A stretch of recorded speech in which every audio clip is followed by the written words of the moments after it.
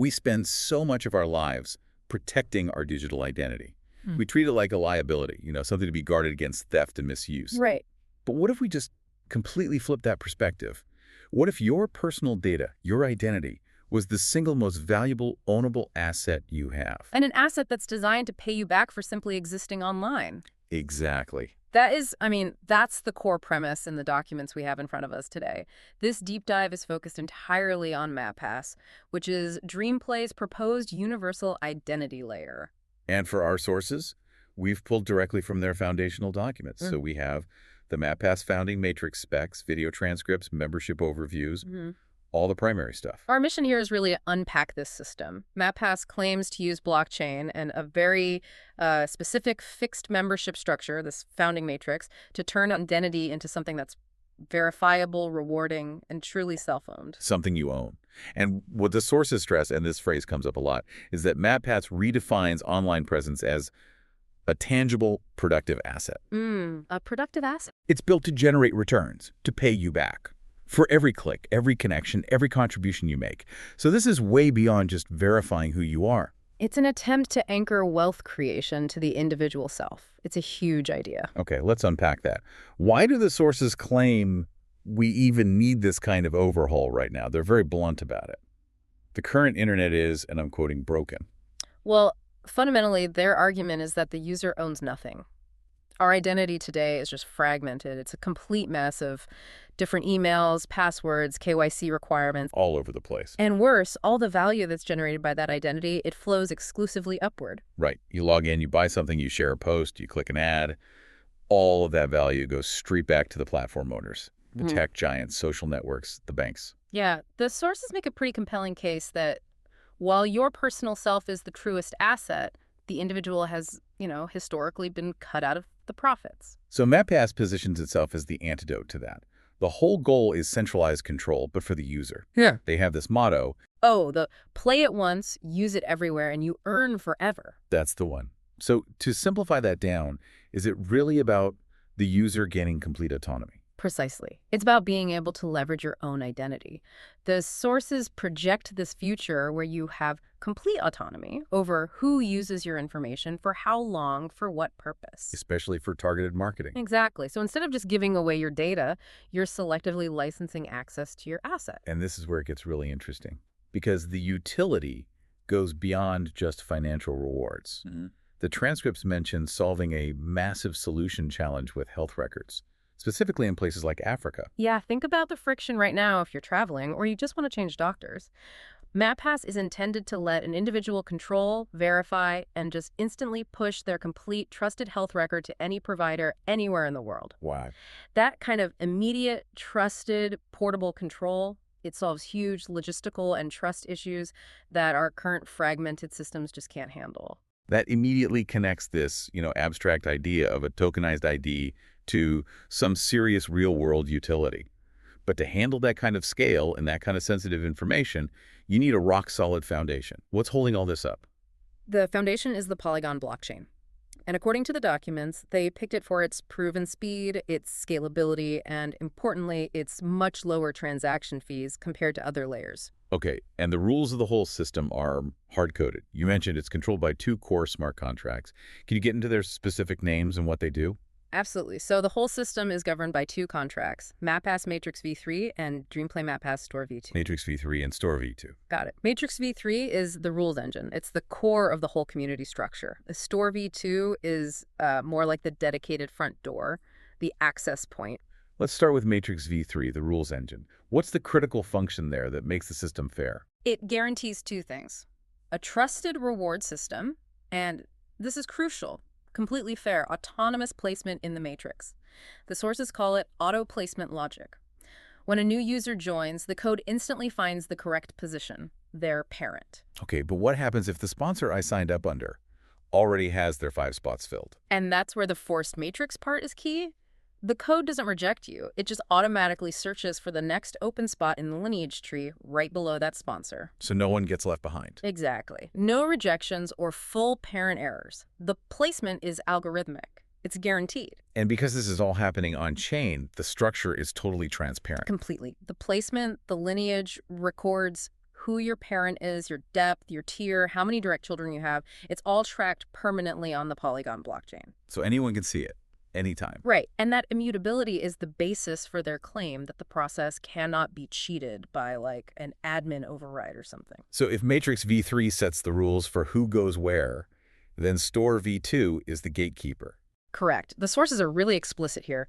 Store v2 is the only way to enter the matrix. It's the secure access point. It handles all the necessary checks, like confirming your sponsor is set correctly, making sure you've accepted the code of belief, which is basically their community governance agreement. And it standardizes the money coming in. Yes. Store v2 processes all the purchases, whether it's the basic $2.40 map passkey or the full $24 membership using USDC on Polygon.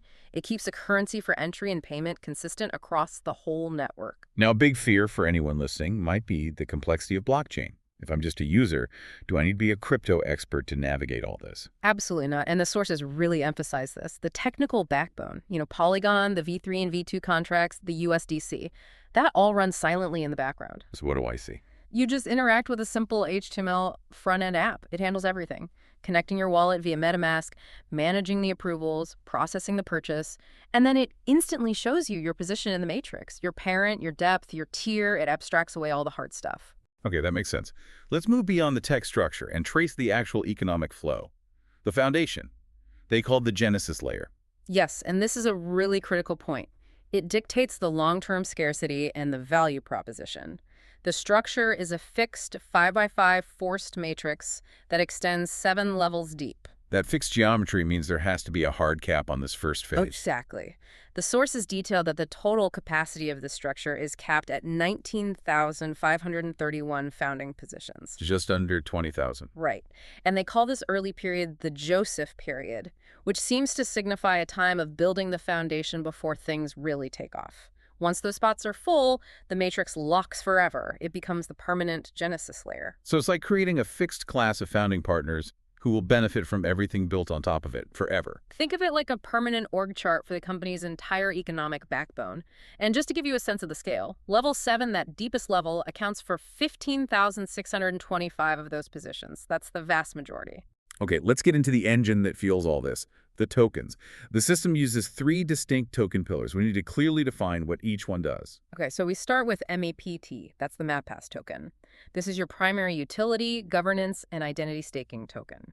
Its main value proposition is scarcity. It's designed to be deflationary through a pretty significant 25% buy and burn mechanism. So MAPPT is the scarce long-term hold. What about the daily rewards? That's where MAPS comes in. MAPS is the community token. Every user who buys a SKU, whether it's the $2.40 or the 24-to-4 gets MAPS. Receiving it activates your spot in the lineage and makes you eligible for daily rewards. And finally, the token with the complicated name, DPLIQ XJL. Let's translate that. What does it do? So this is the underlying instrument for market stability. DPLIQ XJL is the token that the Treasury wallets buy specifically to strengthen mathematical price floors. So it's a liquidity anchor. Essentially, yes. By pairing it with community tokens, the whole mechanism is designed to benefit every MapPass user by providing a sustained backing structure. That clarifies it. Now let's follow the money. This is where that dual system immediate cash and long-term tokens really clicks together. When I buy a $24 MapPass membership, how does that USDC get split? The revenue utility engine instantly splits that purchase into 3 segments. The biggest piece, 54%, goes directly into the 8-level commission structure. And that 54% is the immediate cash payout we were talking about. Correct. It's paid out instantly in USDC through their Guardian Store plan. So members get immediate income, totally separate from the tokens they're accumulating in the matrix. Okay, what's the next chunk? 25% goes straight into the DPLIQ XJL buy-burn liquidity engine.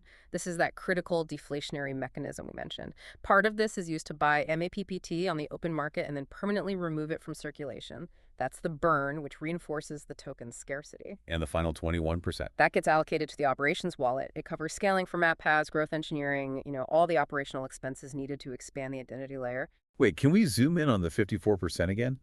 If the matrix is paying out rewards and tokens, how does that 54% in USDC get back to supporting the token structure? That's the really clever part of the community token engine flow. When that initial purchase is made, the USDC flows to the level 2 Treasury wallets. Those wallets then immediately buy DPLIQ XJL.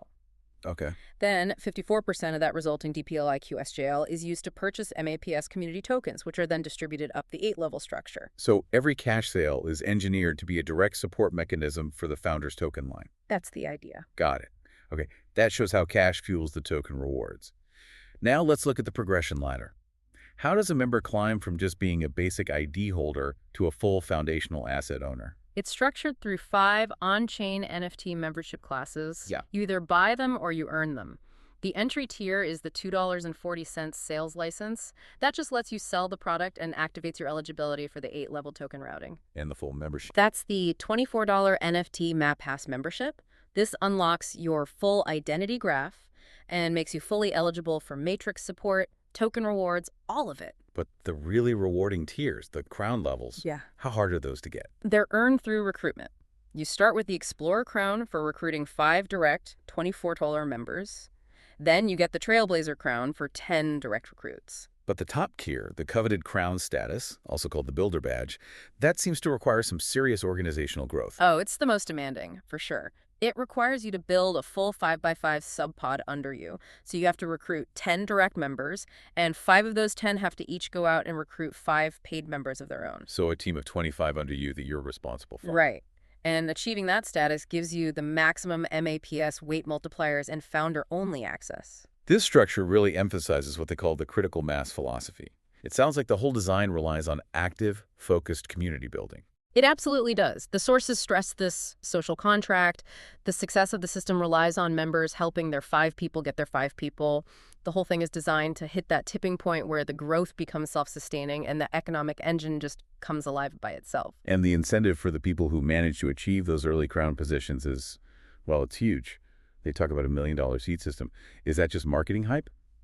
They present it as a modeled projection. So they project a modeled exposure of over $1 plus for those founding Matrix members when the broader DreamPlay ecosystem hits a $25 billion market cap. A big win, but okay. And where does that model value even come from? It's a combination of things. It's the long-term appreciation of their MAPPT holdings, the huge daily MAPS reward weight they get from their crown multiplier, the scarcity created by the burn mechanism, and, maybe most importantly, the permanent advantage of their fixed position in the matrix. It's a very aspirational target. And the ultimate goal stated in the videos is incredibly bold, to create 15,625 millionaires. Which is, not coincidentally, the exact capacity of Level Sun. It's the full scale of the Genesis layer. All this complexity we've just detailed, the contracts, the tokens, the fixed matrix, it's all engineered toward that specific financial outcome for the founders. So if we synthesize all this, Yeah. what's the core aha moment for you, the listener? This clearly isn't just another membership plan with some referral bonuses. The aha is the architecture itself. It's a dual system, and it seems purposefully designed to separate immediate income from long-term wealth. You get instant USDC cash commissions, that's the 54%, while you're simultaneously building this tokenized, mathematically defensible wealth through the matrix. It's an engineered solution to finally reward the user's identity as a productive asset.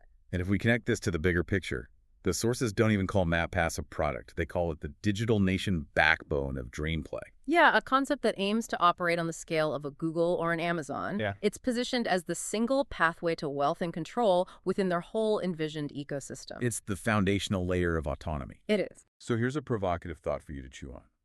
If MapPass really does become the premier form of ID globally, just like Google became the premier form of search, what specific aspect of your digital life, your health records, your purchase history, your communications, would you gain full control over first? And what does the lack of that control alone cost you today in time, privacy, or lost opportunity?